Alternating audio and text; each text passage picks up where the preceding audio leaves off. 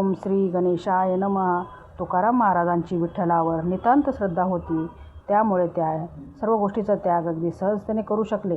तुकाराम महाराजांची थोरवी समजल्यानंतर लोक त्यांचा सन्मान करू लागले. तेव्हा ते दूर अरण्यात जाऊन एकांतात चिंतन करू लागले. एकदा 2 मास ते घरी गेलेच नाहीत. एक दिवस त्यांची पत्नी नदीवरून पाणी आणत असताना वाटेत तिला तुकाराम महाराज भेटले. ती पटकन त्यांना वाटेत अडवून म्हणाली, तुम्ही घरी का येत नाही? तेव्हा तुकाराम महाराज म्हणाले, पांडुरंग हाच माझा पिता आणि रुक्मिणी हीच माझी माता. तूही त्यांचे पाय धर, म्हणजे ती तुलाही अन्नवस्त्र पुरवतील. तेव्हा ती म्हणाली, मी हरिचरणांचे स्मरण करील, पण तुम्ही घरी बसा. तुकाराम महाराज म्हणाले, तू तसे वचन देत असशील तर मी घरी येतो. तिने तसे वचन दिले आणि दोघेजण घरी आले. तुकाराम महाराज घरी आले त्या दिवशी एकादशी होती. तुळशी वृंदानाजवळ बसून त्यांनी आपल्या पत्नीला उपदेश केला. त्या उपदेशाने ती प्रभावित झाली. तिने दुसऱ्या दिवशी सूर्योदयी स्नान करून देवपूजा केली आणि ब्राह्मणास बोलावून सर्व घर लुटवले. नंतर दुपारच्या वेळी घरात अन्न नाही असे पाहून मात्र ती विचारात पडली. आदल्या दिवशी एकादशीचा उपवास असल्यामुळे ती आणि मुले भुकेने अगदी व्याकुळ झाली. जगज्जननी त्या संकटात एक महाराणीचे रूप घेऊन तुकाराम महाराजांचे सत्व पाहण्यासाठी आली. ती म्हणाली, तुम्ही सर्व घरदार ब्राह्मणाकरवी लुटवले असे ऐकले, तर काही उरले असेल तर मला द्यावे. ते ऐकून घरात जे 1 लुगडे वाळत घातले होते तेही तुकाराम महाराजांनी तिला दिले. लुगडे दिले ही गोष्ट तुकारामांच्या पत्नीला समजली. तेव्हा तिला राग आला. ती म्हणू लागली, 2 मासांनी कालच त्यांना समजावून आणले. त्यांनी उपदेश करून मला कशी भुरळ घातली पहा. ब्राह्मणाकडून सर्वच लुटवले.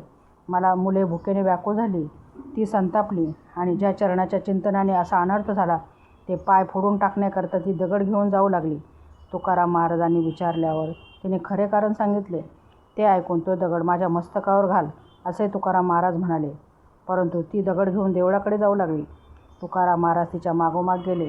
दगड घेऊन ती देवळात येताच रुक्मिणीने दार बंद केले आणि तुकाराम बाहेर राहिले. तुकारामांची पत्नी पांडुरंगाच्या चरणावर दगड मारणार देत इतक्यात रुक्मिणीने तिचे हात धरले आणि तुझा कोणता अपराध आम्ही केला असे विचारले. तेव्हा ती म्हणाली, घरात मुले उपाशी असून अन्नासाठी त्यांनी रडून गोंधळ केला आहे. या चरणांनी आमचा घात केला, म्हणून मला राग येऊन मी हे चरण फोडत आहे. रुक्मिणीने तिला समजावून सांगितले, तू स्वस्थ बस.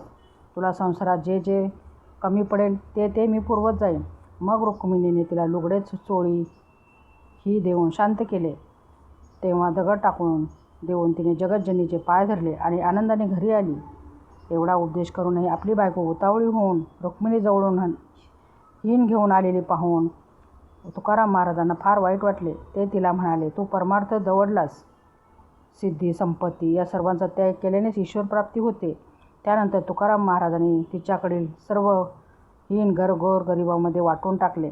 ईश्वराजवळ दृढ श्रद्धा असली तरच आपण त्याग करू शकतो. सर्व आपल्याला ईश्वरांच्या कृपेमुळेच मिळालेले असते, पण आपली भक्ती नसल्यामुळे आपल्याला समजत नाही.